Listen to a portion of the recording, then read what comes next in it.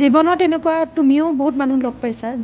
যাক তুমি হয়তো তোমাৰ ঘৰৰ মানুহতকৈ বহুত ওপৰত স্থান দিছিলা এটা সময়ত আৰু তোমাৰ জীৱনত হয়তো বহুত সপোনো দেখিছিলা গতিকে কিন্তু তাৰ মাজতে কেতিয়াবা বৰ বেলেগ ধৰণৰ কিছুমান স্থবিৰ সময় আহি যায় যিবিলাকে হয়তো একেবাৰে মনটো বা মানুহগৰাকীক ভাঙি থৈ যায় এই ক্ষেত্ৰত তুমি কি ক'বা তেতিয়া তুমি নিজে গম পাইছিলা কথাবিলাক আৰু তুমি গম পাইছিলা যে সেই তোমালোকৰ এটা মধুৰ এই ইমান দিনৰ এটা সম্পৰ্কৰ মাজত এটা মানে ফাঁক আহিছে তেতিয়া তুমি ভালনাৰেবল হৈছিলা নে কেনেকৈ হেণ্ডেল কৰিছিলা বিশ্বাসঘাতকতা এনেকুৱা এটা বস্তু যিটো বস্তুৰ বিষয়ে আপুনি কি আলোচনা কৰিব হয় হৈ গ'ল ন হৈ গ'ল কৰিলে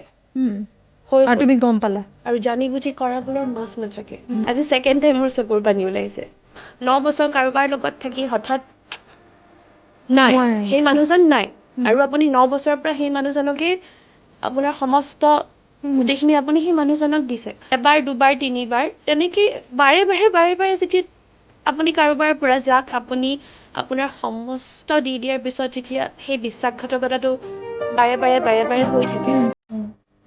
তেতিয়া মানে এটা সময়ত এনেকুৱা হৈছে আপুনি কি এনচাৰ বিচাৰিব কি লাগিব 1.5 year I was into depression I was into anxiety কিন্তু এবাৰো কাকো ফিল হ'ব নিদিয়ে